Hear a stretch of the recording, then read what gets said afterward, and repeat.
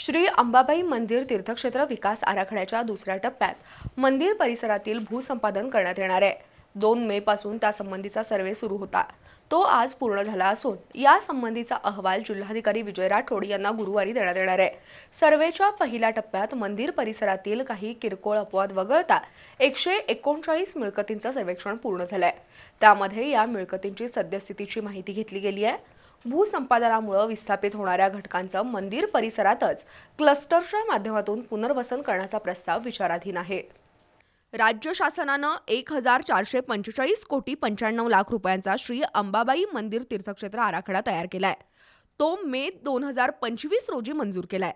यातील पहिल्या टप्प्यातील 143 कोटीच्या कामांना सुरुवात झाली असून पहिल्या टप्प्यात श्री अंबाबाई देवीचं मुख्य मंदिर आणि मंदिर परिसरातील अन्य देवदेवतांच्या मंदिराच्या संवर्धनाचं काम हाती घेण्यात आलंय।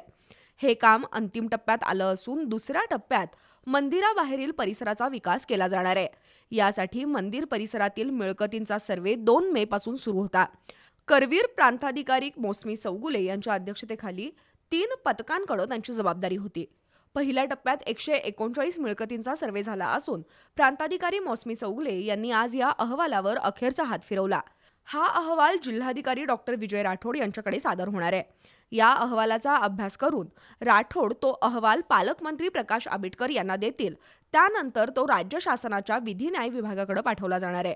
या विभागाच्या सचिवांनी अभ्यास केल्यानंतर हाच अहवाल थेट मुख्यमंत्री देवेंद्र फडणवीस यांच्याकडे पाठवला जाईल आणि फडणवीस यांनी घेतलेल्या निर्णयानुसार मंदिर परिसरातील विकास आराखड्याच्या अंमलबजावणीची दिशा ठरणार आहे।